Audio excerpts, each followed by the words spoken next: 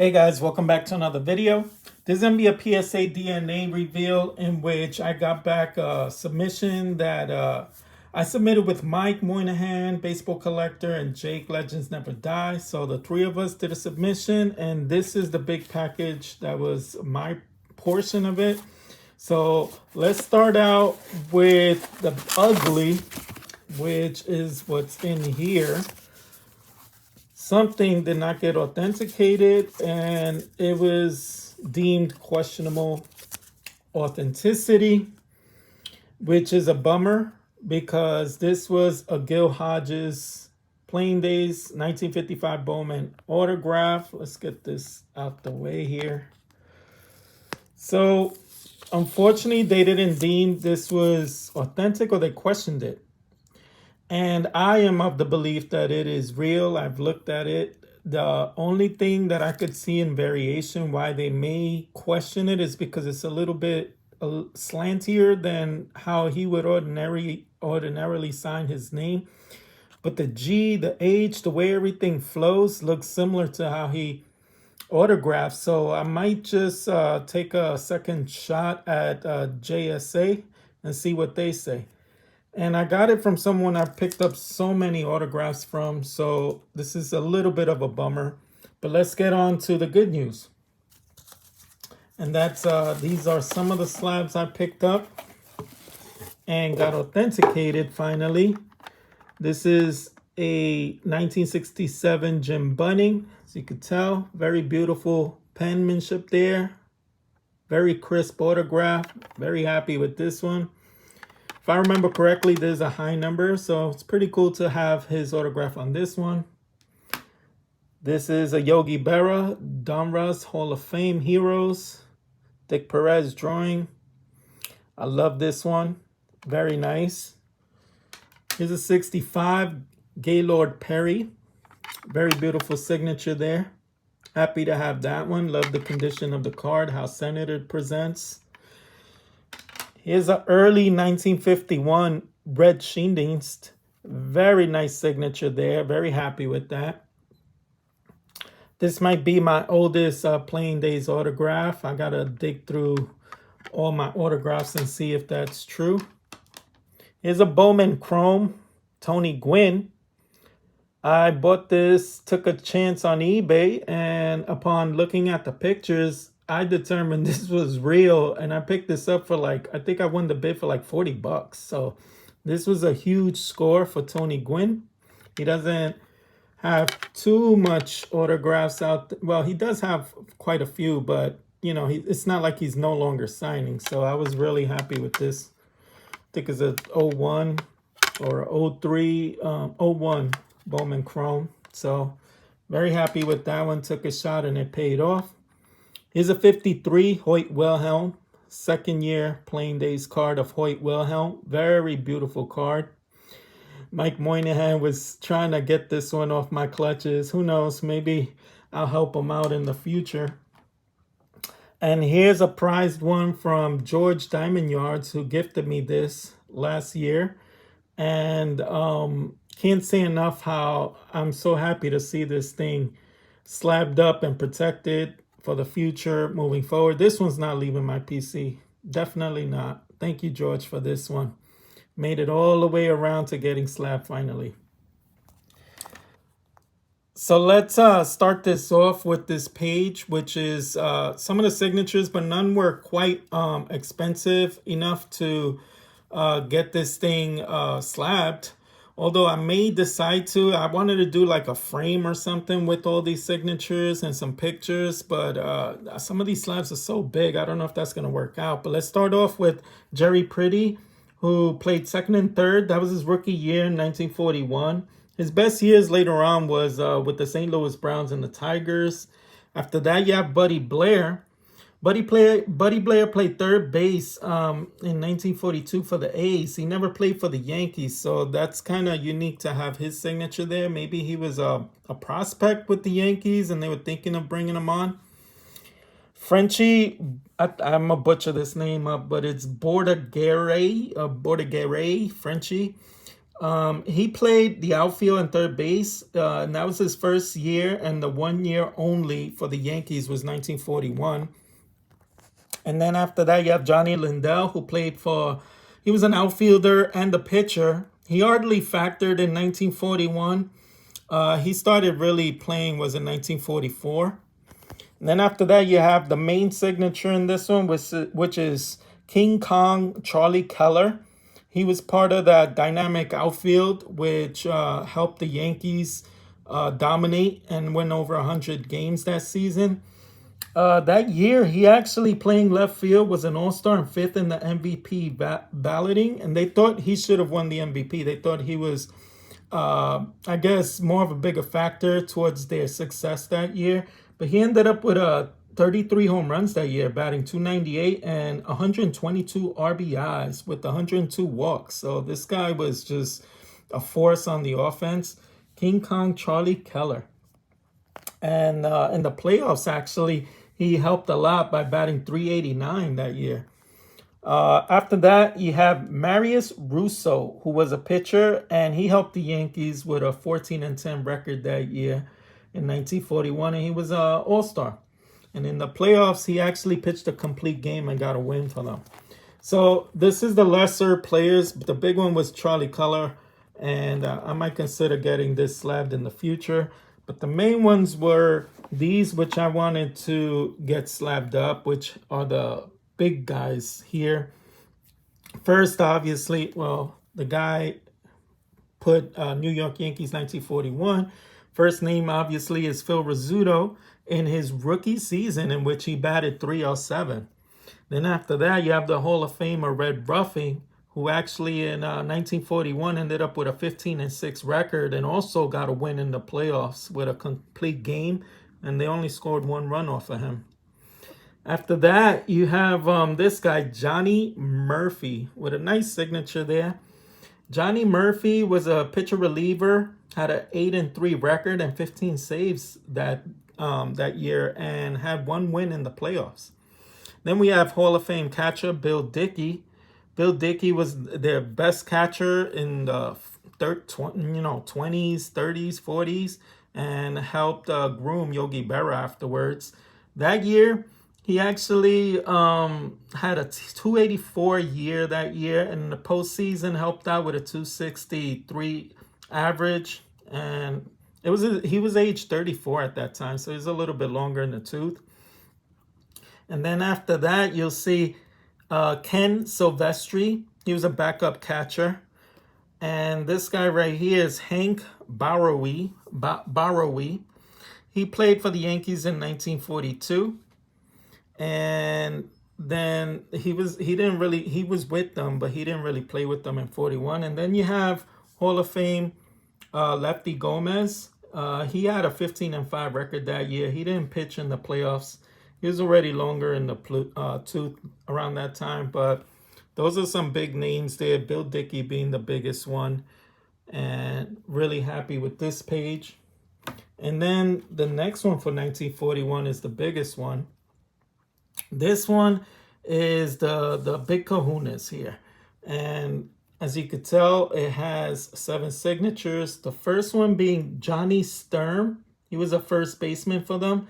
He wasn't that great, only batted .239 that year. And then, but in the playoffs, he shined with a .286 average. So Johnny Sturm, although not that great, he did help out a lot in the playoffs.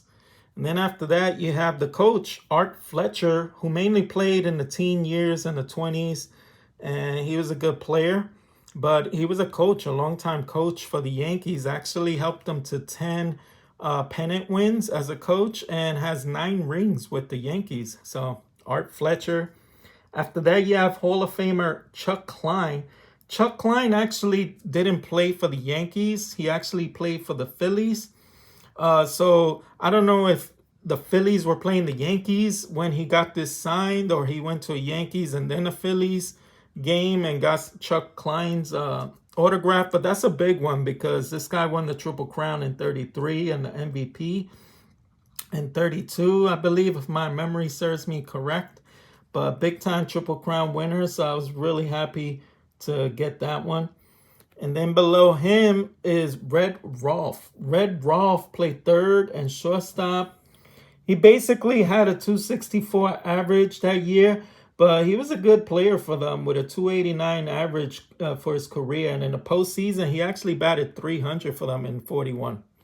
And then the biggest one is Joe DiMaggio. I'm going to spend some time on this one because this is a very unique signature of Joe DiMaggio.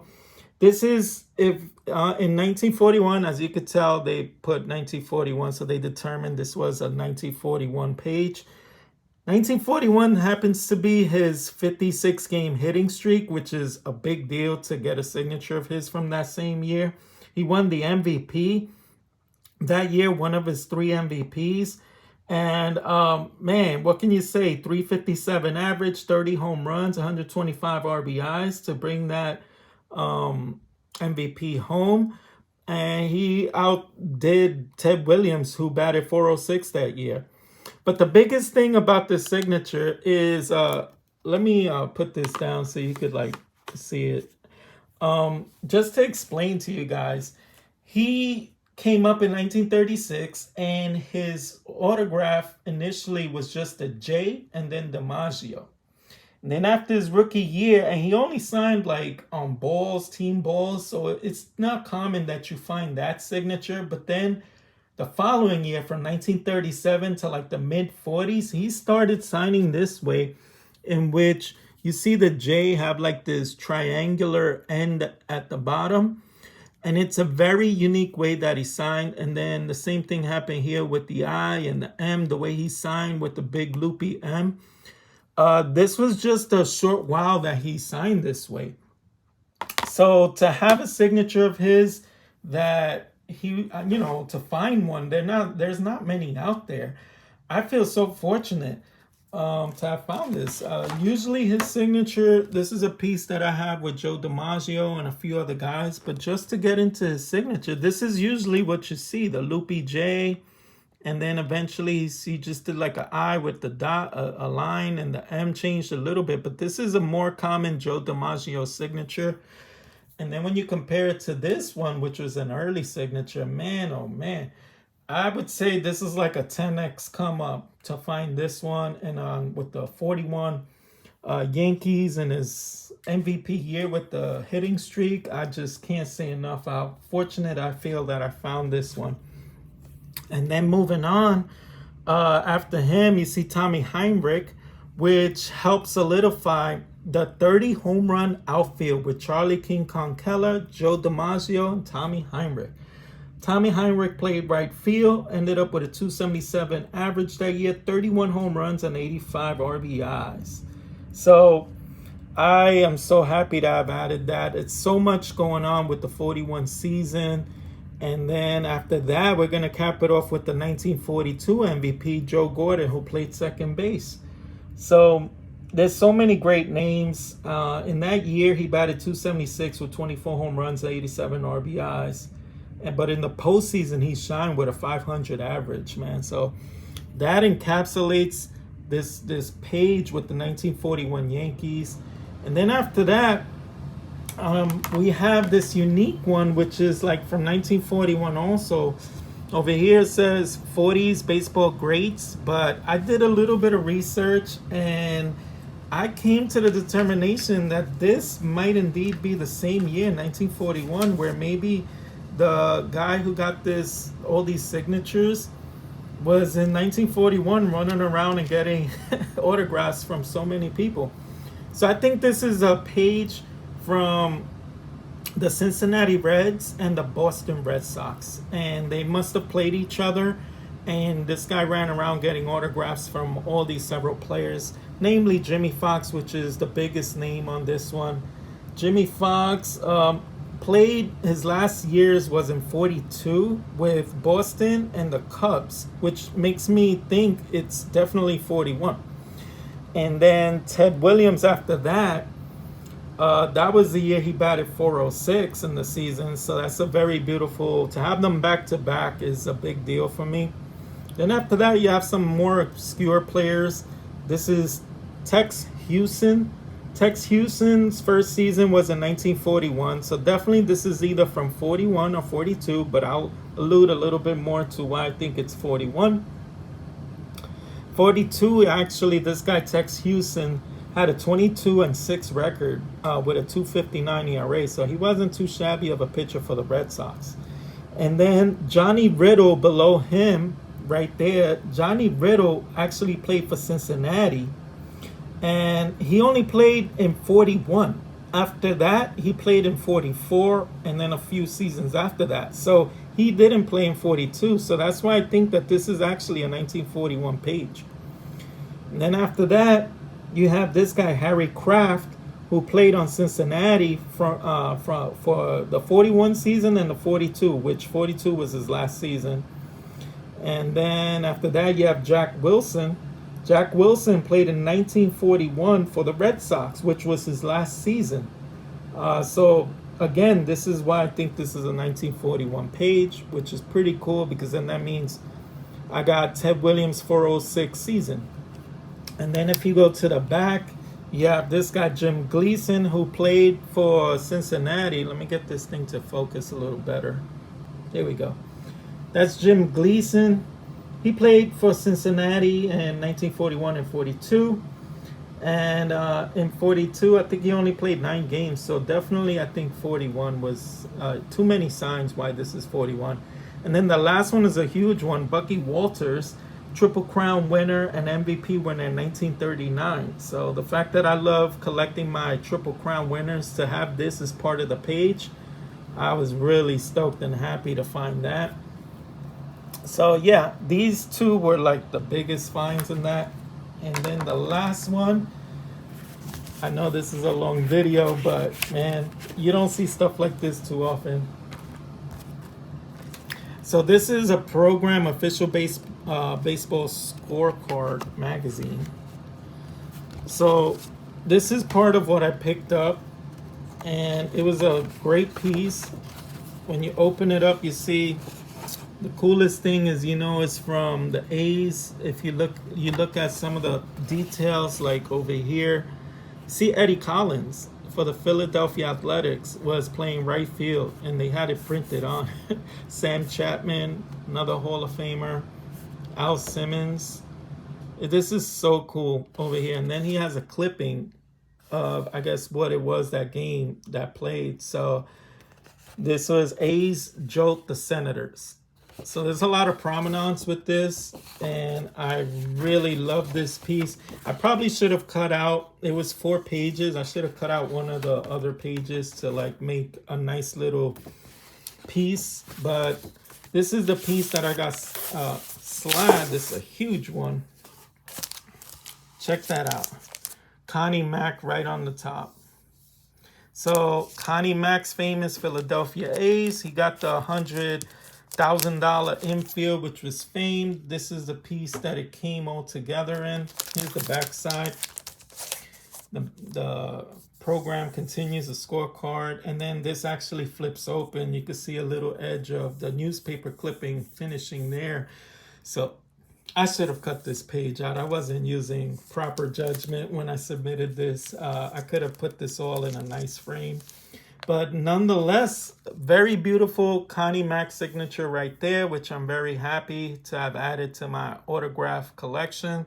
And that is my submission with PSA. I'm very happy with this. And then afterwards, me and Mike got into some overtime, and he was going through all my autographs, and I went through some of his, and we ended up doing a little bartering, a little bit of money exchange hands.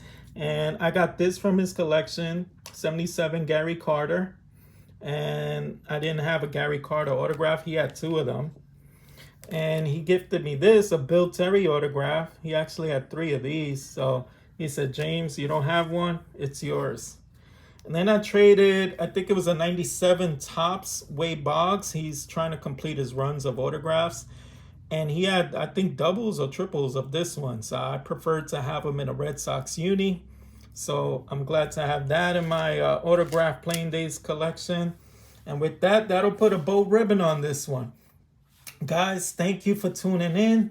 I'm deep into autographs, as you can tell, and I'm loving it. It's stoking the fires again for me with collecting. And with all that being said, I want everyone to stay safe, be blessed, and when it comes to cards, happy hunting out there. See you on the next one. Bye.